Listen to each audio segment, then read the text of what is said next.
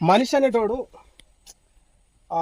లేదని బాధపడతాడు, ఎవరు అన్నారని మనసులో పెట్టుకుంటారు, ఏదో పోయిందని ఫీల్ అయిపోతారు, రాలేదని కుంగిపోతారు, నాకు లేదని వాదిస్తారు.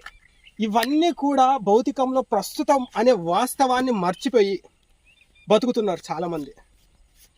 ఇక్కడ ఏది ప్రస్తుతం ఏది శాశ్వతం అనే విషయాన్ని తెలుసుకోలేని పరిస్థితిలో చాలామంది ఉన్నారు.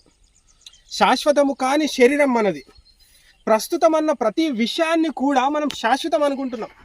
అందుకే చాలామంది మనుషులు ప్రశాంతంగా ఉండలేకపోతున్నారు. సో ఏది శాశ్వతం ఏది ప్రస్తుతం అనే విషయాన్ని తెలుసుకో. నీ కోపం ప్రస్తుతం, నీ కుళ్ళు ప్రస్తుతం, నీ సంతోషం ప్రస్తుతం, నీ విజయం ప్రస్తుతం, నీ ఆస్తి నువ్వు లేని రోజున కూడా నువ్వు బతికేలాగా జీవించాలంటే ప్రస్తుతం అనుకునే ప్రతిదీ కూడా శాశ్వతం అనుకోకు.